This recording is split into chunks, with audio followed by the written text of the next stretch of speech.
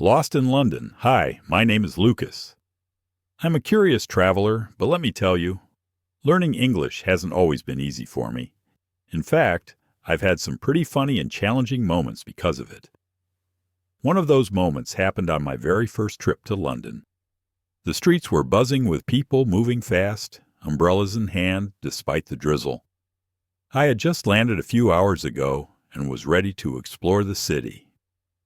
There was only one problem. I didn't know where I was. The famous Buckingham Palace was supposed to be nearby, but every street looked the same. What should I do? I thought to myself. Asking for help was my only option. But here's the thing. My English wasn't great, and I wasn't sure I'd be able to understand anyone. Still, I decided to give it a shot. Today, you'll join me on this adventure and learn how to ask for directions in English.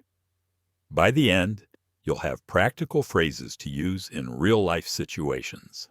Don't forget, turn on the subtitles and repeat the sentences with me to improve your pronunciation. Ready? Let's go. It was still drizzling as I stood near a bustling intersection. Red double-decker buses roared by, splashing water onto the sidewalk. A group of tourists passed, taking photos of a nearby building, and a businessman hurried by with a phone pressed to his ear. London was alive and overwhelming. I took a deep breath and looked around, hoping for some kind of sign, literally. But there was nothing to tell me which direction led to Buckingham Palace. "Okay, Lucas," I whispered to myself. "Time to ask someone for help." I spotted a small newsstand where an elderly woman was arranging newspapers. She looked kind and approachable. Perfect. I walked up nervously and said, "Excuse me." My voice wavered a bit, but I pushed forward. "I'm lost. Can you help me?" The woman smiled warmly. "Of course, dear. Where do you need to go?" I hesitated for a second, searching for the right words. "Buckingham Palace, please." I hoped I had pronounced it correctly. She nodded. "Go straight down this road, then turn left at the big red phone booth. It's about a 10-minute walk." "Go straight and turn left," I repeated quietly, committing the directions to memory. "Thank you so much," I said, feeling a surge of relief. "You're welcome, dear. Enjoy London," she replied with a smile. With renewed confidence, I walked along the street as instructed. The drizzle had eased, leaving the pavement glistening under the soft gray sky. The sights and sounds of London were mesmerizing. Street performers strummed guitars, the occasional bell from a cyclist rang out, and the aroma of freshly brewed coffee wafted from nearby cafes.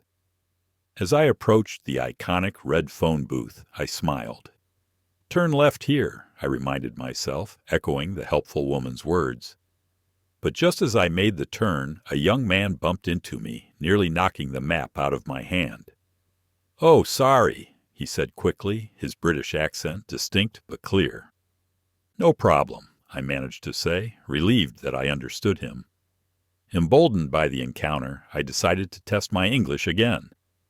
"Do you know if I'm still going the right way to Buckingham Palace?" He nodded enthusiastically. "Yes, mate, just keep walking straight for about 5 more minutes. You'll see the gates. You can't miss it." "Thanks a lot," I replied, feeling a growing sense of accomplishment. "No worries. Enjoy your visit," he added, before disappearing into the crowd. I repeated his instructions to myself. Keep walking straight. 5 more minutes. My confidence grew with each step. Not only was I learning my way around London, but I was also finding my voice in English. As promised, after a few minutes of walking, I caught sight of the grand gates of Buckingham Palace. Tourists gathered, cameras in hand, capturing the grandeur of the historic landmark. I paused for a moment, proud of myself for navigating through the bustling streets with the help of friendly locals and my improving English skills.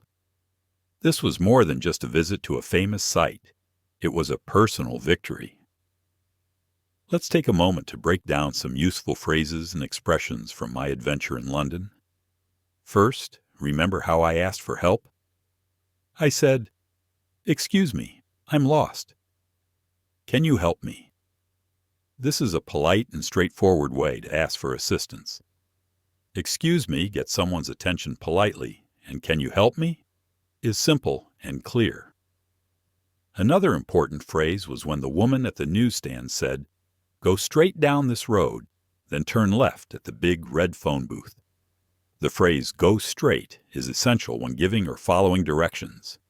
You might also hear "walk straight" or "continue straight." When I confirmed the directions, I repeated, "Go straight and turn left." Repeating directions is a great way to make sure you've understood correctly and to remember them better. Then I encountered the young man who said, "Just keep walking straight for about 5 more minutes." Notice the word "keep" here. It emphasizes continuing an action. So keep walking simply means continue walking. Lastly, I said, "Thanks a lot." This is a friendly and enthusiastic way to show gratitude. You can also say "thanks so much," "many thanks," or just "thank you." By using and practicing these simple phrases, you'll feel more confident navigating new places and interacting with locals. Now let's move on to a practical challenge.